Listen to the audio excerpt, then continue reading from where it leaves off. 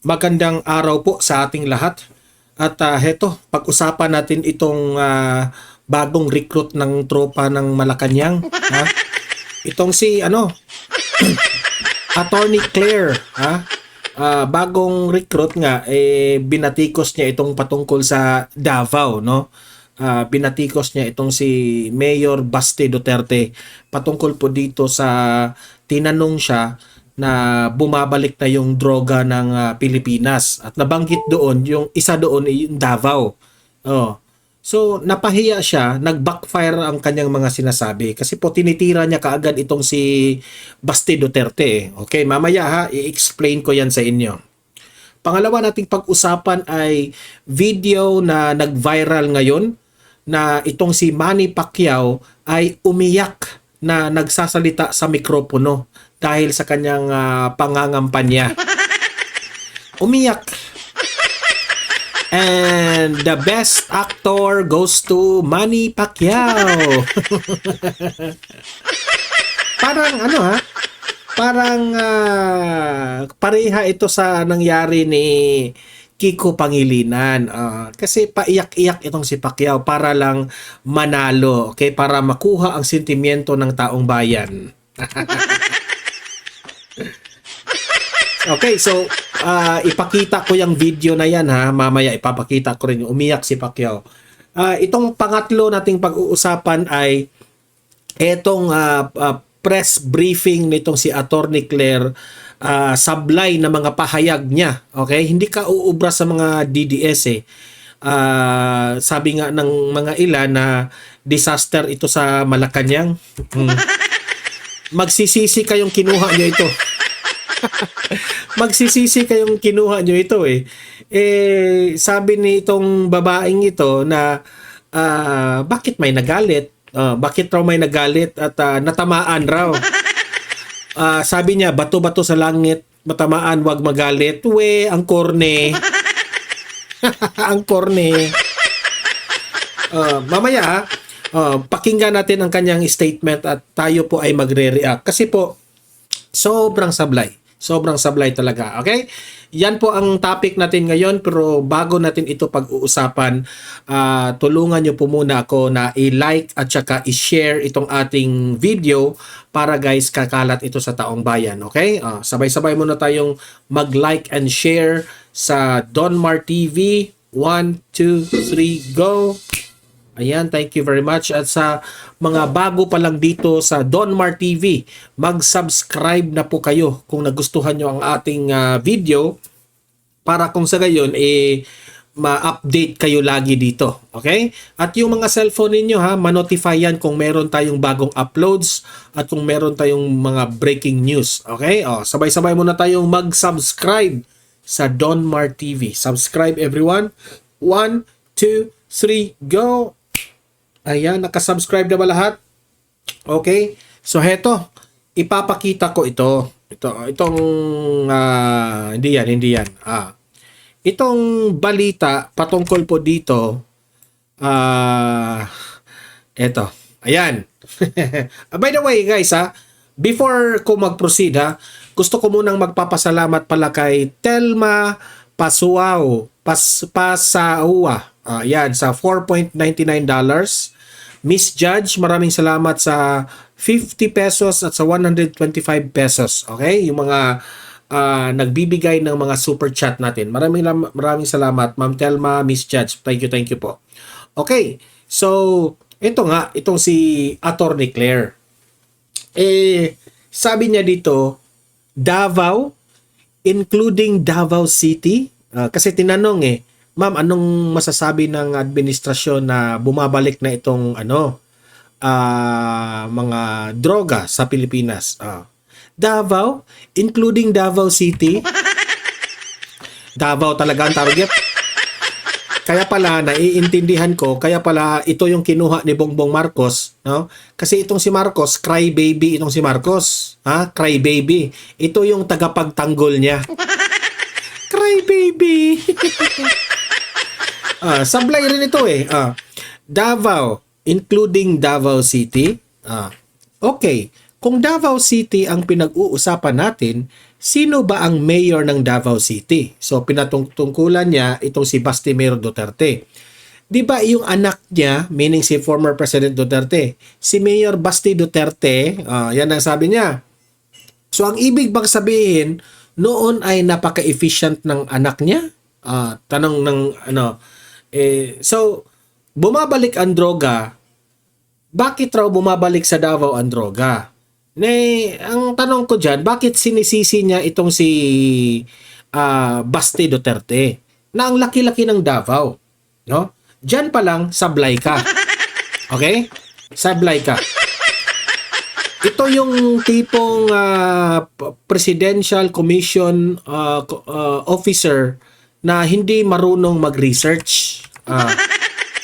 Hindi marunong mag-research.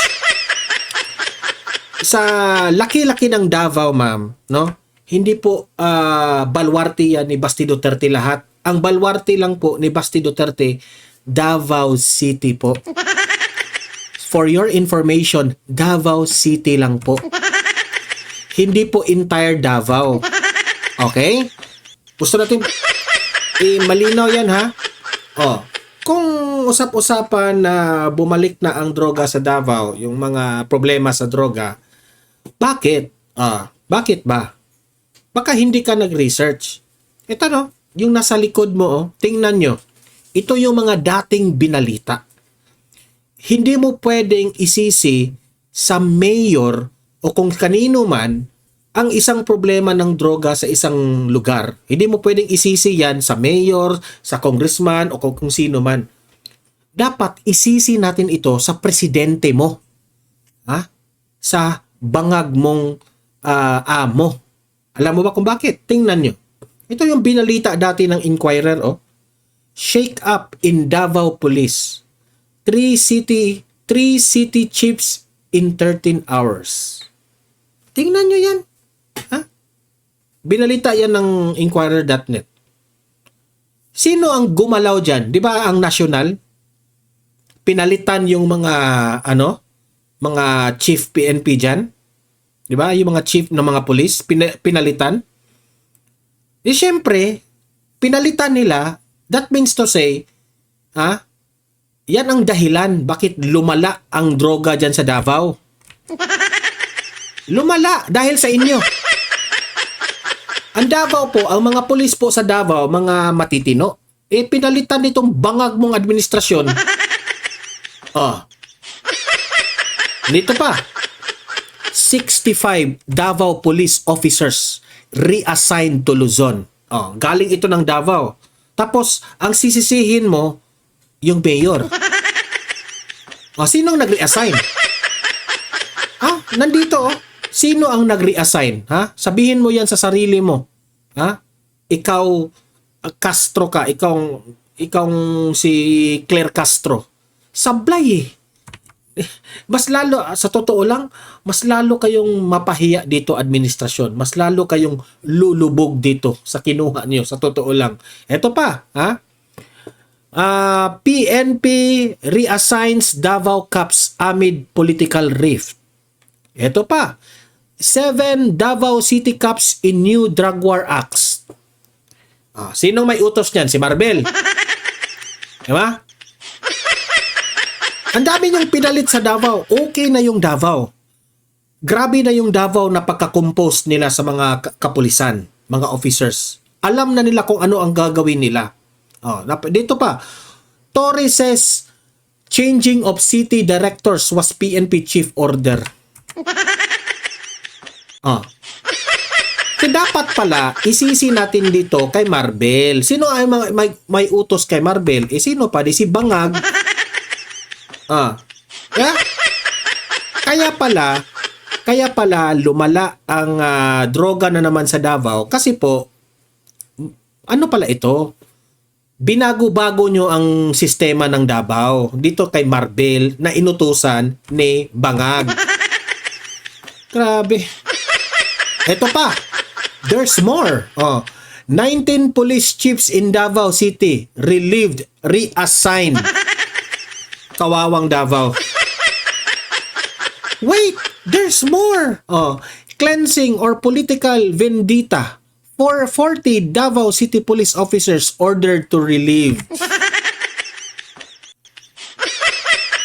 Eto pa, there's more. 44.4 million shabs seized in Davao. So, sinong sisisihin? Isisisi nyo yan kay Basti Duterte? Ha? Attorney Claire? Wake up. Ha? Isisi mo yan kay Marbel, ha? Isisi mo yan kay Marbel kasi yung mga pulis ni Marbel, sabi niya, pangpataas ng oras kaya gumagamit. 'Di ba? Yan ang sisihin natin. Hindi po si Basti Duterte ang sisihin natin, 'di ba? O, dinakarma ka rin, ha? Kinain mo rin ang sinabi mo. Yan ang hirap sa iyo. Hoy, Bongbong Marcos, ito yung kinuha mong bagong Presidential Communications Officer? Ito lang yung masasabi ko, Bongbong Marcos. Good luck. Bongbong Marcos, Bongbong Marcos, baka nakalibutan mo, dilawan ito. Binatikos kaya nito dati, sino ba? Ginagamit mo lang ba ito? O itong babae, ginamit ka lang? Dalawa lang yan, ha? It's either gagamitin ka nito or ikaw Castro yung gagamitin. Maraming salamat VOVPH for posting this one, ha? Good morning, Presidential Communications Office. Let's blame the city mayor for our police problem. Problema ni Marbel ito, ha. Si Marbel po ang may gawa nitong problema ng Davao. Tapos isisisi mo kay Basti Duterte. Nagre-research ka ba, te? Nagre-research ka ba? Isang araw ka pa lang nagsiservisyo sa palasyo? Ha? Ang kakapal ng mukha mo, mayabang ka na? This is a disaster, Malacanang. This is a disaster. So, ang ibig bang sabihin nito ay napaka-efficient ng bago mong spokesperson, Bongbong Marcos? Ay, nako. Malacanang, good luck. Yan lang masasabi ko. Oy, First Lady Liza Araneta Marcos. Ano na? Good luck. Good luck sa babaeng ito, F. Eliza. Okay. So punta na tayo dito. So much with that, ha. So much with sinong babae ito? Ni Castro. Ito, ipapakita ko itong video na ito na umiiyak si Pacquiao, nagdidiskarte na naman sa taong bayan para iboto na naman siya ulit sa 2025. Kayo nang humusga, kayo nang humusga. Okay, panoorin natin. Pacquiao, pasok! Unang-una po. Ay, hindi yan. Ito. Nakalimutan yan pag ito'y may nakikita akong mahirap. Kaya ganun ako kapassionate na ipaglaban ng mga mahirap. Dahil dito sa mundo, hindi pera. May iiwanan din natin yung pera. Yung posisyon mo, yung kasikatan mo, mawala yan. Pero yung iiwanan mo, ligasiyan na makatulong sa mga mahirap. Yun ang count. Yun ang mabibilang na maalala ka ng mga tao. Palakpakan! And the best actor of the year, best actor goes to Manny Pacman Pacquiao!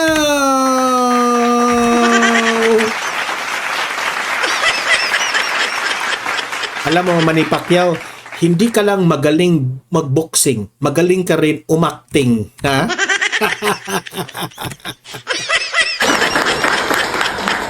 Ay, naku, ito. Uulitin natin, ha. Nakalimutan yan pag ito'y may nakikita akong mahirap. Kaya ganun ako kapassionate na ipaglaban ng mga mahirap.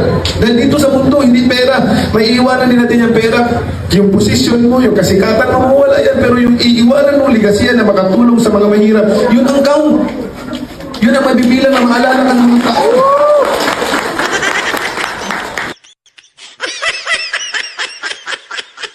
Ay, naku. Alam niyo, totoo lang. Itong mga senador ni Bangag Marcos, wala talagang mapili. Ay, Ay, naku. Oy, Kiko Pangilinan, no? China-challenge ka ni Manny Pacquiao, Kiko Pangilinan. May bago ng best actor, oh. Manny Pacquiao! Ay, alam niyo, sa totoo lang, ibalik natin yung picture ni Manny Pacquiao, ha? Baka akala niyo. Nakalimutan yan pag ito'y may Yan. Umiiyak, ha? Umiiyak.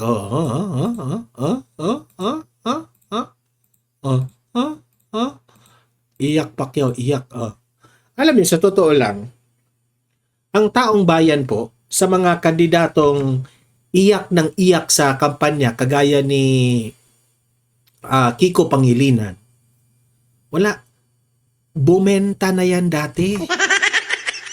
Sa totoo lang. Bumenta na yan dati, Manny Pacquiao. Marami nang gumagawa niyan na paiyak-iyak para sasabihin ng taong bayan, ay, ang galing, umiyak. Totoo itong magserbisyo dahil umiyak. Iboto natin ito. Pero, sorry Manny Pacquiao, ha? Kasi po, ang taong bayan po ay gising na po ang taong bayan. Hindi mo na madadala ang taong bayan sa mga paiyak-iyak. Kasi po, ang hinahanap ngayon ng taong bayan, yung gumagawa, hindi yung magaling dumiskarte sa bibig lang, di ba? Gaya ni Bongbong Marcos. Ang galing dumiskarte sa bibig noong 2022. Di ba? Look at what happened now. Nagsisisi po ang taong bayan. Ngayon, yung ginagawa mong yan, Manny Pacquiao, na paiyak-iyak ka, di ba? Lagi mong sinasabi na ikaw ay mahirap dati. Alam na namin yan. Dati mo na itong sinabi. Wala na bang bago? Wala ka ng ibang diskarte? Ha? Kumbaga, kung sa pagkain pa yan, Manny Pacquiao, panis na yan. Panis. Di ba? Kung ako pa sa iyo, Manny Pacquiao, gumawa ka lang ng action, tulong. Ipakita mo sa taong bayan na meron kang aksyon, hindi puro ngat-ngat sa baba. Ha? Yung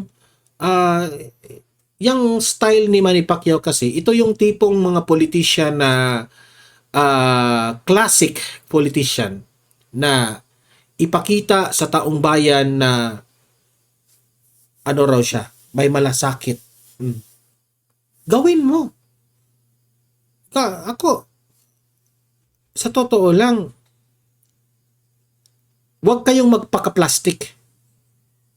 Gawin mo lang yung kung ano yung katotohanan. At hindi po kayo iiwan sa ere ng tao. Yun lang ang ma-advise ko sa iyo, Manny Pacquiao. Kasi po, itong paiyak-iyak mo, anong makukuha namin dyan? Kaming taong bayan na mag-observe, anong makukuha namin? Anong assurance namin sa paiyak-iyak mo na ikaw po ay makakatulong sa amin? Anong batas? Anong batas na gagawin mo? Ikaw ba ay makakatulong sa amin? Dati ka naman nandyan sa Senado eh. Di ba? You were there. Bakit hanggang ngayon, wala man lang kaming maalaala sa mga ginagawa mo? Di ba? Kaya ito sa mga audience ko dito sa Don Mar TV, be careful kayo sa mga klaseng kandidato na ganito. Be careful. Be careful sa mga paawa effect ng mga kandidato kagaya nito, yung kagaya ni Kiko Pangilinan, ito si Manny Pacquiao. Be careful. Kasi po, gagawin nila ang lahat para lang manalo sila. Pero by the time na nandyan na sila in power na sila, nandyan na sila sa pwesto, goodbye taong bayan. Yun lang. Sa totoo lang. Kung ako pa sa iyo, Manny Pacquiao, magsama na kayo ni Kiko Pangilinan. Mangampanya kayo. At sabay-sabay kayong sasabihin niyo, unity team kami. Kami yung mga iyakin. Ganun. Magsama kayo ni Kiko Pangilinan, di ba? at least yung ang ipamimigay nyo sa mga audience ninyo during the kampanya, tissue paper. Diba? Mura pa, di ba? Ito na po yung Team Pacquiao, Team Pangilinan. Namimigay ng tissue paper. Kasi kung sila yung mga ngampanya, iiyak tayo. Kasi maiiyak tayo sa kanilang mga sasabihin. Iyak ang ganun. Kalimutan yan pag ito'y may nakikita akong mahirap. Kaya ganun ako kapassionate na ipaglaban ng mga mahirap. Dahil dito sa mundo, hindi pera. May iiwanan din natin yung pera.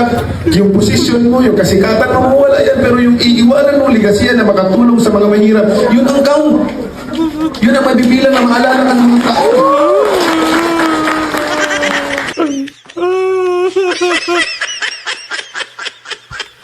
Ay, ewan ko na lang, Manny Pacquiao. So, yun lang po ha. Kayo na ang humusga ni Manny Pacquiao kung dapat bang iboto natin yan. Okay? So, ito, punta na tayo sa next topic natin. Hay, nako, so much with you, Pacquiao. Ito, pakinggan natin itong mga sablay na mga pahayag nitong si PCO Attorney Claire Castro. No? Sa video na ito, mag-react tayo. Ha?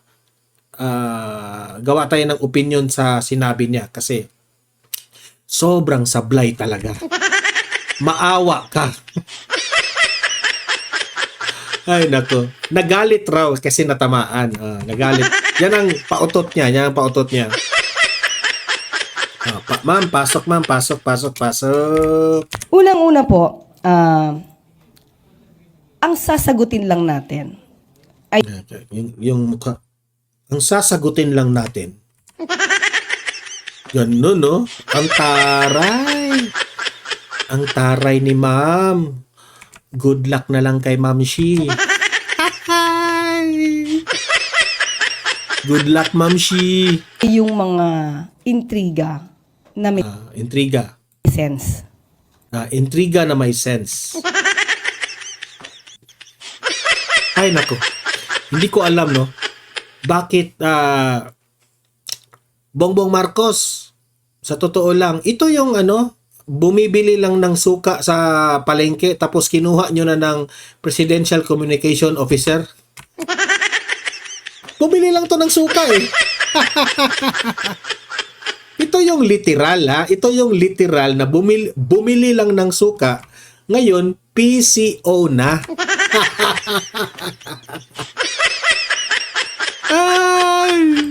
Kung wala naman, walang Kasi ang attitude nito, no? Ang ugali nito, palingkera eh. Alam niyo naman, marami akong kaibigan dyan sa palengke eh. Mga, talaga, bibo talaga.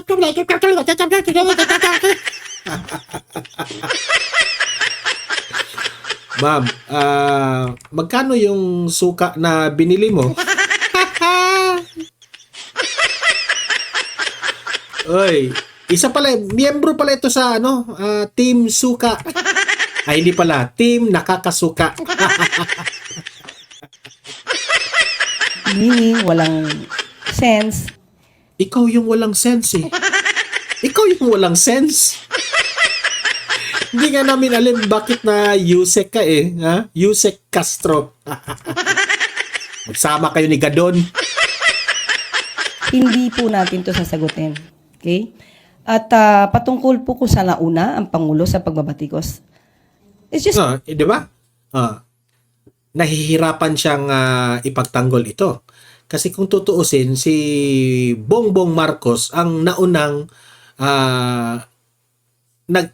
nag-initiate ng away sa kampanya, di ba? Ito, sinagot na niya. part of the campaign propaganda.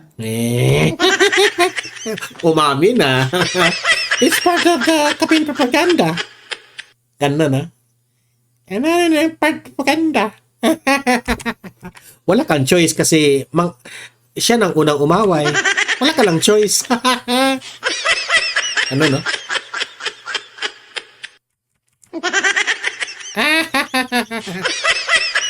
And wala naman po siyang pinatungkulan kung sino. Madami pong kandidato. Yan, corny. Ang corny. Ay, nako. Ilahatin na natin ang pinatungtungkulan ni Bongbong Marcos, yung PDP laban. Ba't ang corny mo na walang pinatutungkulan? Ang OA mo, girl? Ang OA mo?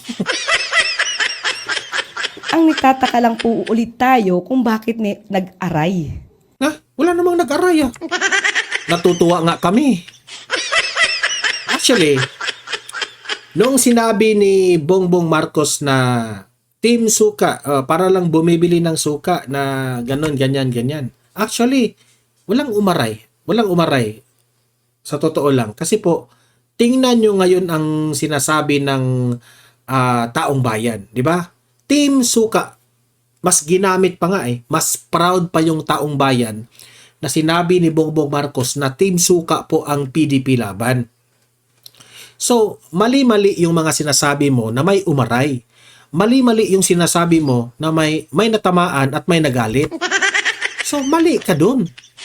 In the first place. Di ba? Oh, sablay na naman. Mamshi, pakitanggal. Hi! Hindi naman sila yung pinatutungkulan. Kumbaga, Hindi sila. Ang OA, corny. ano to, bato-bato sa langit, wag magalit. Bakit may Alam mo, sa totoo lang, Castro, ang lumang, ano na yan? Lumang tugtugin na yung mga quotes mo dyan. Wala talaga. nagalit? May tinamaan ba? Hindi. Actually, hindi sila tamaan. Mas nagugustuhan pa nga nila. Ikaw lang yung natamaan eh. Kaya ikaw, pikon ka. So, pag sinabi natin kasi, ito, we know na pag sinabi natin nag-deliver ng suka, nagbumili lang ng suka, hindi naman ito literally na suka. Na, Kaya nga eh, hindi ito literal na suka. Ha? Kasi,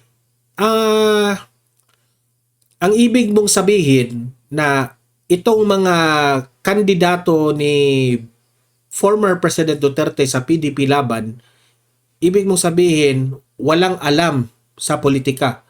Walang alam when it comes to maging senador, di ba? Yan ang ibig mong sabihin. Pero tingnan mo. Ha? Tingnan mo kung baguhan itong mga PDP laban, how much more yung sa inyo, sa alyansa ng Bagoong Pilipinas. Dati na yung mga dati na yung mga senador. Nakapwesto na yan dati, pero walang nagawa. Anong nagawa niyan? Oh. Bakit ang Pilipinas, walang matinong batas na nagawa para maiahon sa kahirapan ang mga tao? I-blame your senatorial slate. Yung alyansa ni Bongbong Marcos. Blame them. Bakit? Matagal na sila sa Senado, nabulok na lang sila, walang nagawa.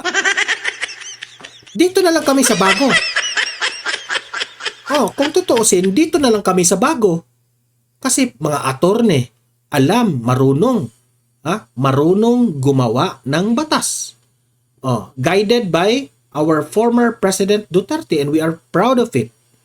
Ano bang nagawa ni Bongbong Marcos bilang presidente compared to former President Duterte? Ano nagawa ni Bongbong Marcos? Ano? Wala. Ano nagawa niya? Ayuda? Ayuda ni na Martin Romualdez? Yun lang ang ipinagmamayabang ninyo.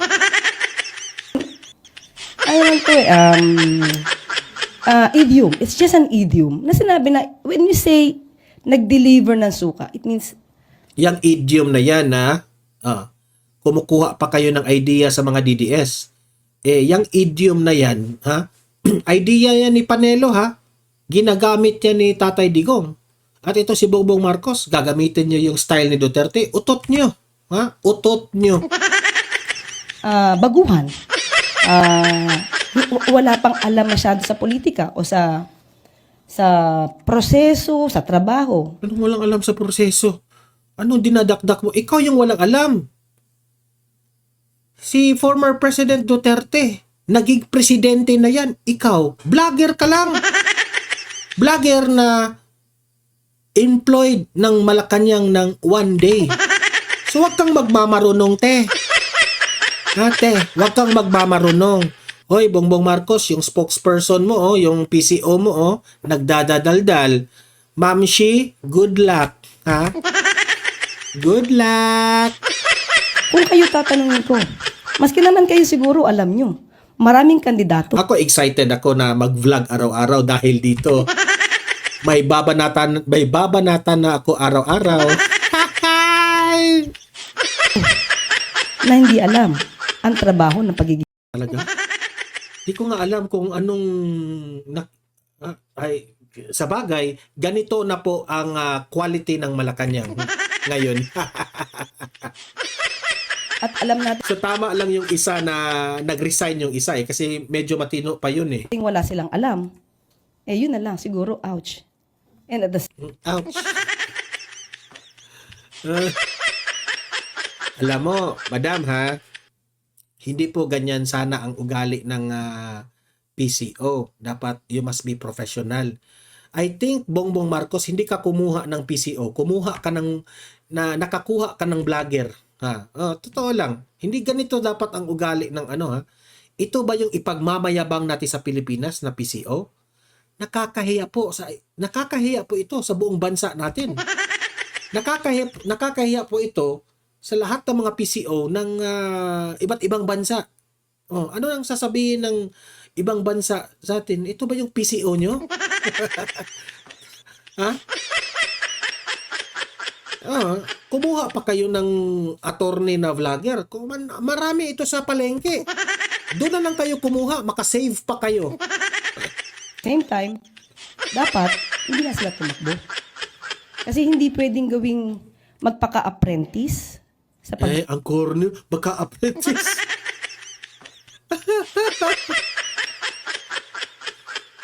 Ewan ko na lang bakit kinuha ito ng Malacanang. Ang babaw na talaga ng quality ng Malacanang ngayon. Pero, ang kanilang yung kanilang requirements na maging PCO. pagiging senador. Nakita natin siguro kung anong naging klase ngayon ng paano ang nangyayari minsan sa mga hearing, especially kung hindi nila alam ang procedure. Ang procedure. Procedure. Ang galing mag-pronounce, Ako hindi man ako marunong mag-pronounce rin ha. Pero meron kayong PCO na ang galing mag-pronounce. Procedure. Procedure. Sa Senado.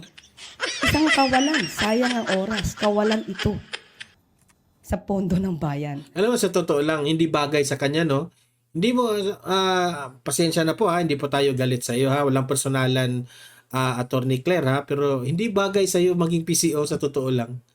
Hindi bagay eh. Kasi dissenting position yan ya, yung PCO. Dissenting position, pero ito palengkera eh. I have nothing against sa mga taga-palengke ha, pero bagay yun sa mga taga-palengke kasi nasa palengke ka eh. Wala po tayo sa palengke ma'am, nasa Malacanang po tayo. So sana lang ang request natin, doon sa mga tatakbo, siguraduhin nyo naman po kapag nanalo kayo, may alam na kayo. Ikaw may alam ka. China-challenge mo pa yung presidente. One day ka lang sa Malacanang. Si former President Duterte naging pangulo yan. Utot mo. Ang yabang. Ay ba? Yan lang ang masasabi ko. Malacanang. Kung kumuha kayo ng isang attorney na vlogger kasi ang purpose ninyo para labanan itong mga bumabatikos sa gobyerno, sa totoo lang, masisira yung reputasyon nyo. Mas lalong sisira ang reputasyon ng Malacanang kung meron kayo dito, merong ganitong PCO. Kasi ang Presidential Communications Officer, ang dapat nilang gawin, ma-deliver ng mabuti kung ano yung ginagawa ng executive branch, kung ano yung ginagawa ng Pangulo. Hindi yung PCO na nagdi-deliver ng away. Ito, nang aaway eh. Di ba? Ano ito eh? Parang another attack dogs na naman. Kung hindi si Bersamin yung attack dog, ito attack dog. Pangalawang attack dog sa Malacanang. So, dyan pa lang, sablay. Yeah? Bakit ito yung kinuha nyo? Ang PCO po, dapat yung kinuha nyo, yung mga marunong talaga sa politika, marunong sa mga maraming nalalaman po sa sistema ng gobyerno. Okay? Yun sana ang kinuha nyo, yung matalino, alam yung batas, no? At very professional dapat. Kasi po, you are talking in behalf of the president. So, meaning to say, kung ganyan siya magsalita, no, bungangera, palengkera, that means to say, bakit siya ang pinili ng Pangulo? Baka siguro, ganyan rin ang ugali ng Pangulo. Di ba? O siguro, ang kumuha nito si Mamshi. Di ba? Kung kumuha nito si Mamshi at kaugali talaga ni Mamshi ito. Ay, nako. Mag-comment, mag-react dito sa pinag-usapan natin ha. At tuloy-tuloy ang usapan natin sa comment section. Okay? Guys, paki-like, paki-share nitong video na ito para kakalat ito. At mag-subscribe na po kayo sa mga bago pa lang sa Donmar TV. Okay? Para updated kayo lagi. Meron tayong pangalawang channel, Donmar TV, Balitang Totoo. Mag-subscribe rin kayo doon kasi meron tayong mga videos na ina-upload doon na hindi po natin ina-upload dito sa main channel natin. Okay?